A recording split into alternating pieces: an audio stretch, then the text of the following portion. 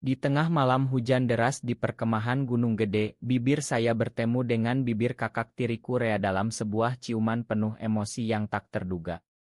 Saat itu juga saya sadar, hidup saya dan seluruh keluarga kami tidak akan pernah kembali seperti semula karena rahasia cinta terlarang ini bisa menghancurkan segalanya di masyarakat Indonesia. Hujan masih deras mengguyur tenda kecil kami, angin menderu di antara pepohonan pinus yang tinggi, dan saya, Andi, seorang pemuda berusia 22 tahun yang baru saja lulus dari universitas di Jakarta, merasa dunia berputar. Rea, kakak tiriku yang berusia 28 tahun, menarik diri dengan mata lebar penuh kejutan, napasnya tersengal. Andi. Ma, aku tidak tahu apa yang terjadi, katanya dengan suara gemetar, tapi saya tahu itu bukan hanya kesalahan. Sudah berbulan-bulan perasaan aneh ini tumbuh di dada saya setiap kali melihat dia, tapi saya selalu menekannya, mengatakan pada diri sendiri bahwa ini hanya karena kami dekat sebagai saudara. Keluarga kami di Jakarta adalah keluarga campuran biasa. Ibu saya menikah lagi dengan ayah Rea 5 tahun lalu, dan sejak itu kami hidup bersama seperti saudara kandung di rumah sederhana di kawasan Tebet. Tapi perjalanan camping ini yang direncanakan sebagai liburan keluarga untuk merayakan kelulusan saya, berubah menjadi petualangan hanya kami berdua karena orang tua terpaksa membatalkan karena urusan kerja mendadak ayah yang harus ke Bandung. Kami naik mobil dari Jakarta ke Ranca Upas, melewati jalan berkelok di Ciwidey, dengan tas ransel penuh perlengkapan. Rea selalu menjadi kakak yang protektif yang mengajari saya mengemudi, mendengarkan keluhan saya tentang kuliah, dan sekarang, di sini, di alam liar ini, semuanya berubah. Saya ingat bagaimana kami mendirikan tenda di bawah langit yang mulai mendung, tertawa sambil memasak mie instan di api unggun. Lalu hujan datang tiba-tiba, memaksa kami masuk tenda, tubuh kami berdekatan karena ruang sempit. Percakapan mulai dari hal ringan tentang masa depan, tentang mimpi saya menjadi guru, mimpi Rea membuka bisnis kecilnya di bidang desain grafis. Tapi lalu, saat petir menyambar dekat, saya merasa takut seperti anak kecil, dan Rea memeluk saya untuk menangkan, tangannya hangat di punggung saya. Dari situ, segalanya meledak. Saya tidak bisa berhenti memikirkan sentuhan itu, bagaimana jantung saya berdegup kencang, dan tanpa sadar, saya mendongak, mata kami bertemu dalam cahaya senter kecil.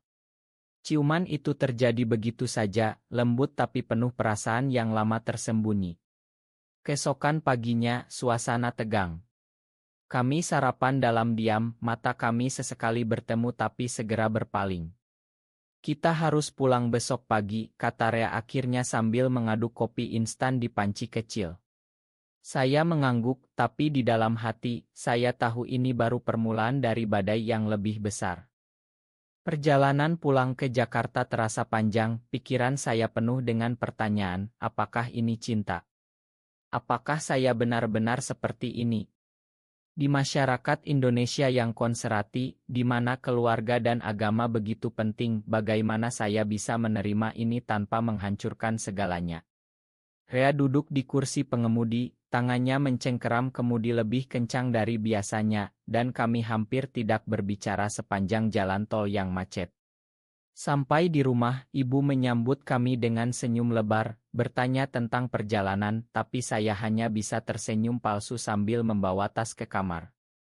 Malam itu, saya berbaring di tempat tidur, memandang langit-langit kamar yang sama seperti bertahun-tahun lalu, tapi sekarang semuanya terasa berbeda. Rea tidur di kamar sebelah, dan saya mendengar langkahnya mondar-mandir, pasti dia juga sedang memikirkan hal yang sama. Besok pagi, saya harus menghadapi kuliah magang pertama, tapi pikiran saya tidak bisa lepas dari momen di tenda itu. Saya bangun pagi-pagi, mandi air dingin untuk menenangkan diri, tapi ketika bertemu Rea di meja makan, suasana masih canggung. Andi, kita bicara nanti ya, bisiknya pelan saat ibu sedang di dapur. Saya hanya mengangguk, jantung berdegup lagi. Hari-hari berikutnya berlalu seperti biasa di permukaan, saya pergi ke kampus di UI Depok, bertemu teman-teman, tapi di dalam, saya merasa seperti orang asing di tubuh sendiri. Satu malam saat hujan lagi di Jakarta, saya tidak tahan dan mengetuk pintu kamar Rea. Dia membuka dengan wajah lelah, dan kami duduk di lantai, bicara pelan agar tidak membangunkan orang tua. Aku tidak bisa berpura-pura tidak terjadi apa-apa, katanya. Tapi ini salah, Andi. Kita saudara. Saya menjawab dengan suara bergetar, tapi aku merasa ini benar, Rea. Sudah lama aku merasa begini padamu. Percakapan itu berlangsung hingga larut, penuh air mata dan kebingungan, tapi akhirnya kami sepakat untuk menyimpan rahasia ini dulu, setidaknya sampai kami yakin. Tapi di dalam hati saya tahu, rahasia seperti ini tidak pernah bisa disembunyikan selamanya di keluarga kami yang dekat. Minggu berikutnya, saat kami membantu ibu membersihkan rumah, tangan kami bersentuhan lagi dan tatapan itu kembali. Saya mulai bertanya-tanya, apakah ini hanya sementara atau memang takdir yang membawa kami ke perkemahan itu. Hidup berlanjut, tapi saya merasa seperti sedang berjalan di tepi jurang, siap jatuh kapan saja. Seminggu setelah kembali dari perkemahan, ketegangan di rumah mulai terasa meski kami berusaha biasa saja. Pagi itu di Jakarta yang panas, saya bangun dengan mimpi buruk tentang ibu yang menangis karena mengetahui rahasia kami, dan saat sarapan, Rea menghindari kontak mata seperti biasa sekarang. Kalian berdua kok pendiam sekali sejak pulang camping, tanya ibu sambil menyendok nasi goreng ke piring kami. Ayah Rea hanya mengangkat bahu, sibuk dengan koran, tapi saya tahu dia bisa curiga kalau kami terus seperti ini. Saya tersenyum paksa, capek aja, Bu, jalanan macet. Rea mengangguk setuju, tapi tangannya gemetar sedikit saat mengambil gelas air. Setelah makan, saya pergi ke kampus di Depok naik kereta, tapi sepanjang perjalanan pikiran saya melayang ke momen di tenda itu, bagaimana pelukan Rea terasa aman di tengah badai. Di kampus, teman terbaik saya, Budi, menyadari ada yang aneh. Lo kenapa, Di? Kayak lagi mikir berat banget, katanya saat kami duduk di kantin sambil minum es teh. Saya hampir cerita, tapi menahan diri karena takut Budi tidak mengerti. Cuma capek kerja magang, jawab saya bohong. Malam harinya, Rea mengajak saya jalan ke taman dekat rumah, tempat kami biasa main bola kecil dulu. Di bawah lampu jalan yang redup, dia bicara pelan, Andi, aku sudah mikir matang. Kita harus lupain yang terjadi di Gunung Gede. Ini bisa hancurin keluarga kita. Kata-katanya seperti pisau, tapi saya balas dengan tegas, aku tidak bisa lupain, Rea. Ini bukan cuma nafsu, ini perasaan yang sudah lama aku pendam. Kami berdebat pelan, menghindari orang lewat, dan akhirnya Rea memeluk saya sekilas di balik pohon, sebuah pelukan cepat yang penuh konflik. Keesokan harinya, kehidupan normal kembali, tapi saya mulai mencari tahu tentang diri saya lewat buku-buku di perpustakaan kampus, membaca tentang identitas dan cinta sesama jenis di Indonesia yang masih tabu. Saya merasa sendirian, tertekan oleh norma masyarakat yang selalu mengatakan ini salah. Suatu sore, saat membantu Rea memperbaiki motor di garasi, tangan kami bersentuhan lagi, dan kami hampir ciuman lagi, tapi suara ibu memanggil dari dalam rumah menghentikan semuanya. Anak-anak, makan malam, teriaknya. Malam itu, di meja makan, ayah Rea bicara tentang rencana keluarga liburan lagi, tapi saya dan Rea saling pandang dengan mata penuh rahasia. Saya mulai merasa dewasa dalam cara yang menyakitkan, belajar menyembunyikan perasaan sambil tetap tersenyum di depan keluarga. Teman Budi mulai curiga lebih dalam saat kami nongkrong di warung kopi dekat UI, lo kayak lagi ada masalah hati, Di. Cerita dong. Saya hampir bocor, tapi menahan, takut kehilangan sahabat. Minggu berganti, dan tekanan semakin berat saat Rea mulai menghindari saya di rumah, sibuk dengan proyek desainnya di kamar. Saya merasa ditinggalkan, tapi juga mengerti ketakutannya. Suatu malam hujan lagi di Jakarta, mirip malam di perkemahan, Rea datang ke kamar saya, duduk di tepi tempat tidur, dan kami bicara lagi sampai subuh tentang masa kecil, tentang bagaimana kami saling melengkapi meski bukan saudara kandung. Mungkin ini takdir, Andi, katanya pelan sebelum pergi. Kata itu memberi saya harapan kecil di tengah kegelapan. Tapi besoknya, saat saya melihat berita tentang kasus diskriminasi di televisi, hati saya ciut lagi. Apakah kami bisa bertahan di negara ini? Pertanyaan itu mengganggu saya sepanjang hari di magang, di mana bos memuji kerja saya tapi saya tidak bisa fokus. Pulang ke rumah, saya menemukan Rea sedang bicara dengan ayah di ruang tamu tentang masa depan, dan saya merasa seperti pengkhianat karena menyimpan rahasia besar ini. Hidup terus berjalan, tapi setiap hari adalah perjuangan batin yang semakin dalam, mengajarkan saya tentang kekuatan dan kerapuhan hati manusia. Bulan kedua setelah perkemahan, konflik mulai merembes ke permukaan tanpa kami sadari. Di rumah Tebet yang sederhana, suasana pagi yang biasanya hangat kini terasa dingin setiap kali saya dan Rea berada di ruangan yang sama. Ibu mulai bertanya, kalian berdua kok jarang ngobrol lagi? Dulu selalu rame. Saya hanya menggeleng, pura-pura sibuk dengan laptop magang, sementara Rea buru-buru ke kamarnya dengan alasan deadline desain. Suatu hari Sabtu, saat ayah mengajak kami ke masjid untuk sholat Jumat berjamaah, saya merasa bersalah luar biasa, duduk di samping Rea dengan kepala tertunduk, memohon pengampunan atas perasaan yang tidak bisa saya kendalikan. Setelah sholat, di perjalanan pulang dengan mobil, ayah bicara tentang pentingnya keluarga dan pernikahan, tanpa tahu betapa kata-katanya menusuk hati saya. Di kampus, Budi semakin mendesak, lo pasti ada masalah, Di. Cerita sama gue temen lo. Akhirnya, di sebuah kai kecil di Depok, saya cerita sebagian, tanpa menyebut nama Rea, hanya bilang saya jatuh cinta pada seseorang yang terlarang. Budi terdiam lama, lalu bilang kalau lo bahagia, gue dukung, tapi hati-hati ya, masyarakat kita belum siap.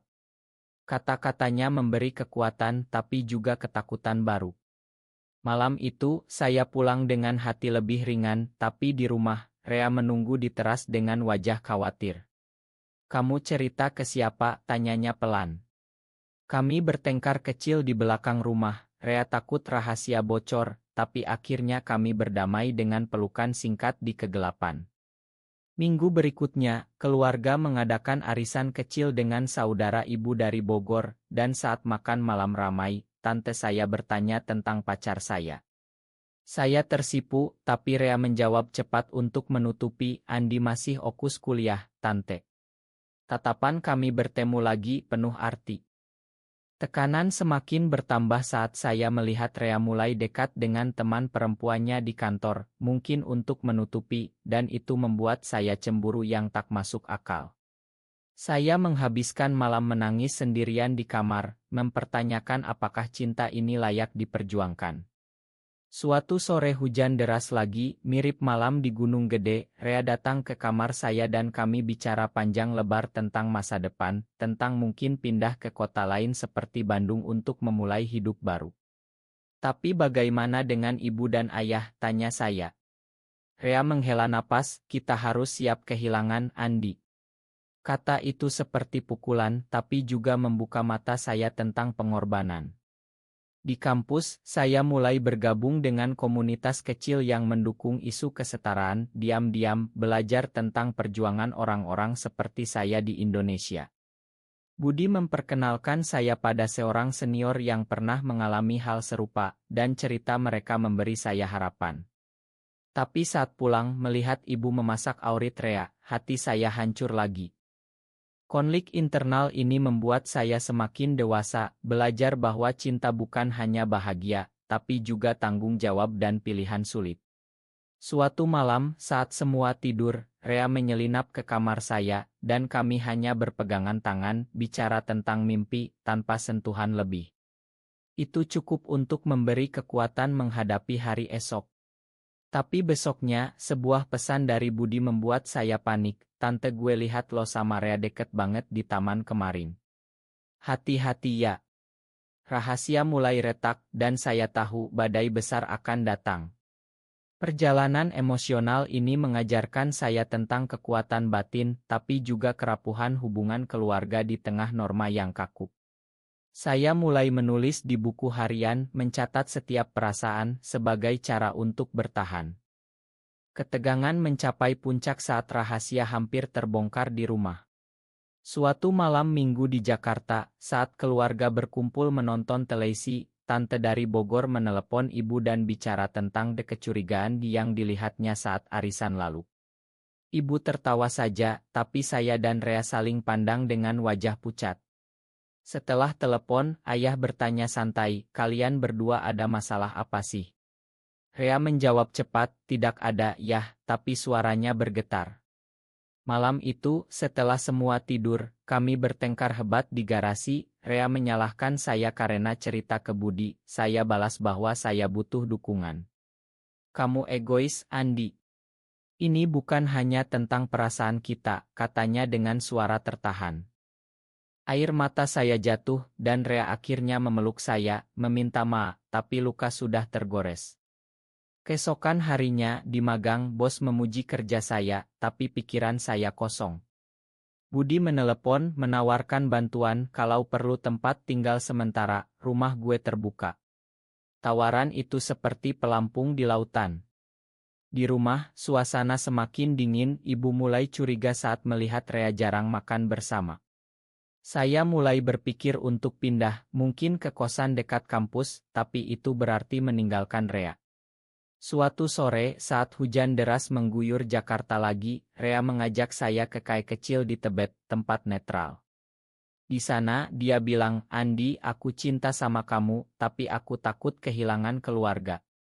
Mungkin kita harus pisah dulu." Kata-kata itu menghancurkan saya, tapi saya mengerti pengorbanannya. Kami pulang dalam diam, tapi di mobil, Rea memegang tangan saya sebentar. Minggu berikutnya, konflik meledak saat ayah menemukan buku harian saya yang tertinggal di meja. Dia membaca sebagian, wajahnya berubah, dan memanggil kami berdua ke ruang tamu. "Ini apa, Andi? Kamu?" Dengan Rea, suaranya dingin. Ibu menangis, ayah marah besar. Rea mencoba menjelaskan tapi ditolak. Malam itu adalah neraka, teriakan, tangisan, dan saya merasa dunia runtuh. Rea berdiri di samping saya, memegang bahu saya. "Ini salah saya, Yah. Ayah menyuruh kami keluar malam itu juga. Kami menginap di hotel murah dekat stasiun, bicara sampai pagi tentang pilihan. Kita bisa mulai baru," kata Rea, matanya penuh tekad. Keesokan harinya, Budi datang menjemput, membawa kami ke kosannya sementara. Di sana, saya mulai proses penerimaan diri, bicara dengan konselor kampus yang rahasia. Rea mulai mencari kerja baru di Bandung jauh dari tekanan. Perpisahan sementara ini menyakitkan, tapi juga memberi ruang untuk tumbuh. Saya belajar bahwa pengorbanan adalah bagian dari cinta, dan di Indonesia, perjuangan ini nyata. Telepon malam dengan Rea penuh harapan, meski air mata sering jatuh. Keluarga mulai melunak setelah seminggu. Ibu menelepon ingin bicara, tapi ayah masih keras. Ini adalah ujian terberat, tapi juga saat saya merasa paling hidup. Perjalanan ini mengubah saya dari pemuda bingung menjadi pria yang berani menghadapi diri sendiri. Setelah pengusiran malam itu, kehidupan kami berubah drastis tapi juga membuka jalan baru. Di kosan Budi di Depok, saya dan Rea tinggal sementara, belajar hidup mandiri di tengah kota yang ramai. Rea dapat kerja desain relance di Bandung, pulang ke Jakarta hanya akhir pekan, dan setiap pertemuan penuh kerinduan tapi juga kekuatan. "Kita bisa, Andi," katanya selalu. Di kampus, saya fokus menyelesaikan magang, mendapat rekomendasi baik dari bos yang tidak tahu apa-apa. Budi menjadi pilar dukungan, memperkenalkan saya pada komunitas kecil yang aman, tempat saya bisa berbagi cerita tanpa takut. Suatu hari, ibu datang ke kosan diam-diam, menangis memeluk saya. Ibu tidak mengerti semuanya, tapi ibu tidak mau kehilangan anak-anak. Kata-katanya memberi harapan, meski ayah masih menolak bicara. Rea dan saya mulai merencanakan masa depan di Bandung, tempat masyarakat mungkin lebih terbuka sedikit. Perjalanan akhir pekan ke sana terasa seperti petualangan baru, menginap di penginapan kecil, berjalan di jalan Braga sambil bicara tentang mimpi. Tapi konflik belum selesai, saudara ibu dari Bogor menelepon, menyebarkan gosip kecil di keluarga besar, membuat saya merasa terisolasi lagi. Rea menghadapi tekanan di kantor lamanya yang tahu cerita, tapi dia kuat, memilih resign demi kami. Pengorbanan itu membuat saya semakin menghargainya. Di konseling, saya belajar mengelola krisis identitas, menerima bahwa cinta ini bukan dosa, tapi bagian dari siapa saya. Suatu malam di Bandung saat kami duduk di taman, Rea bilang, "Aku siap hadapi apapun bersama kamu." Kami berpelukan lama, merasakan kedamaian setelah badai. Pulang ke Jakarta, kami coba bicara lagi dengan ayah, yang akhirnya melunak sedikit setelah ibu bicara panjang. "Kalian tetap anak saya," katanya dengan suara berat. Itu bukan penerimaan penuh, tapi langkah pertama. Saya mulai mengajar les priat untuk tambah uang, Rea bangun usaha kecilnya, dan kami saling dukung. Teman-teman kampus mulai tahu, beberapa mundur, tapi Budi tetap setia. Perjalanan ini mengajarkan tentang persahabatan sejati dan kekuatan keluarga yang sebenarnya. Di tengah tekanan masyarakat, kami belajar menciptakan ruang kecil kami sendiri. Akhirnya, setelah berbulan-bulan, kami pindah ke Bandung bersama, meninggalkan Jakarta dengan hati campur aduk tapi penuh harapan. Di sana, alam pegunungan mengingatkan kami pada perkemahan dulu, tapi sekarang dengan kedamaian baru. Saya tumbuh menjadi pria yang lebih kuat, siap menghadapi dunia. Di Bandung yang sejuk, kehidupan kami mulai stabil setelah semua badai. Rea sukses dengan usaha desainnya, saya dapat pekerjaan sebagai guru di sekolah kecil, dan setiap hari kami belajar hidup bersama tanpa menyembunyikan perasaan lagi di ruang pribadi kami. Ibu sering datang berkunjung, membawa masakan rumah, sementara ayah masih pelan-pelan menerima lewat telepon singkat. Budi tetap sahabat terbaik, datang berkunjung dan bercanda tentang petualangan kalian. Suatu sore di taman kota, saat matahari terbenam seperti di Gunung Gede dulu, Rea memegang tangan saya dan bilang, "Terima kasih sudah berani, Andi. Kita sudah tumbuh bersama." Momen itu penuh kebahagiaan sederhana, mengingatkan saya pada perjalanan panjang dari ciuman tak terduga hingga penerimaan diri.